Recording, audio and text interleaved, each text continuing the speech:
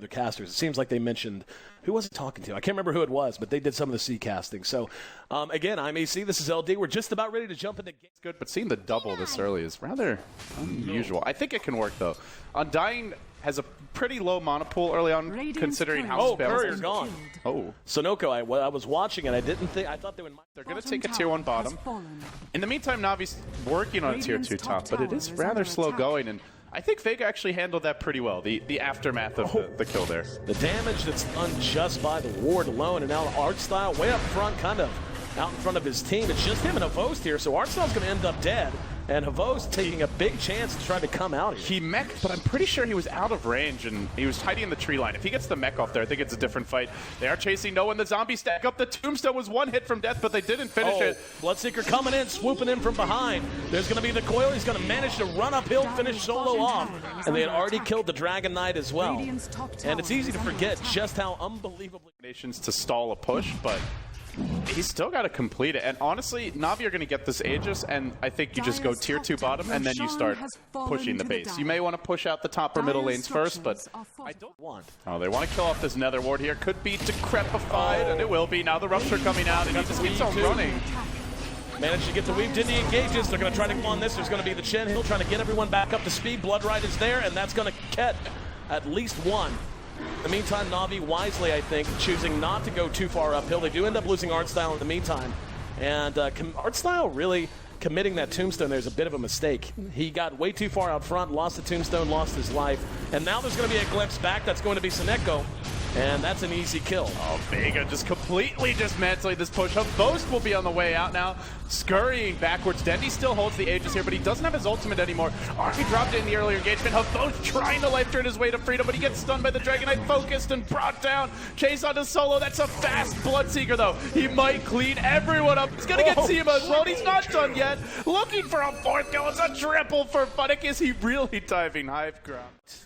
But yeah, like he's actually just playing back. He's using Rupture, he's using Bloodright, and he's only really swooping in whenever it's time to play cleanup. He's not trying to overcommit and do too much right-click while the fight is just beginning to join. And it's really paying dividends, as you said.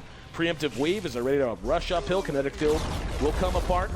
Tier 3 down. BKB is now up on the Dragon Knight at the very least. There's going to be a Bloodright. That will actually... I didn't see if it got the Ember. Anyway, they're going to engage. Nether Ward is down.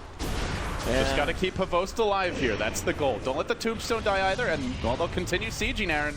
Blasting out, knowing the range Rex is dropping dangerously low. Dendi's popped an invis, and I don't think they know it. He's waiting for the perfect kill. He sees 3 together. He might go any second. And holding it. There it is.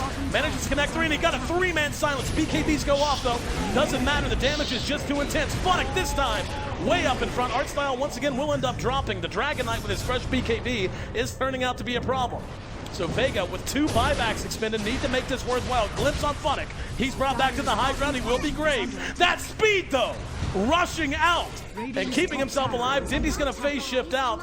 And in the meantime, Vega do manage to hold things together at least a little bit, but Navi not quite done. That's a double buyback, though. They had to commit heavily to hold this, and now Havost coming back in. There's the chains on Dendi. He still holds the Aegis, mind you. He has Hex Gold as well. They just hasn't had a chance to go to the damn shop, and they finally blast the thing down. They complete the Vanguard on the Undying.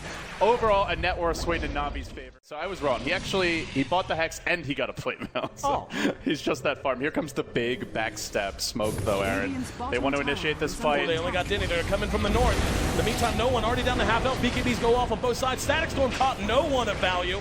And now coming back in is Mag. Mag looking for anything he can do to contribute to the fight. Artstyle wandering through. Vega do deploy. It's a massacre. Solo's on the run. They've already brought down 2.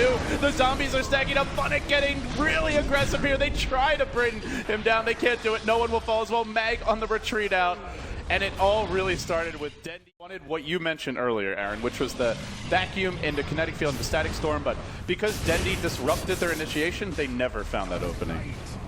There's going to be the Bloodright behind the tower. And with 3 down, don't know what they can do. They look at buyback. Yeah, buybacks aren't even available if they wanted them. Disruptor's coming back up, as is Chen right about now. They're going to have to wait another 10 seconds on the Dragon Knight, though, and that's a long 10 seconds of damage to these buildings. Havost continuing to use the Nether Blast.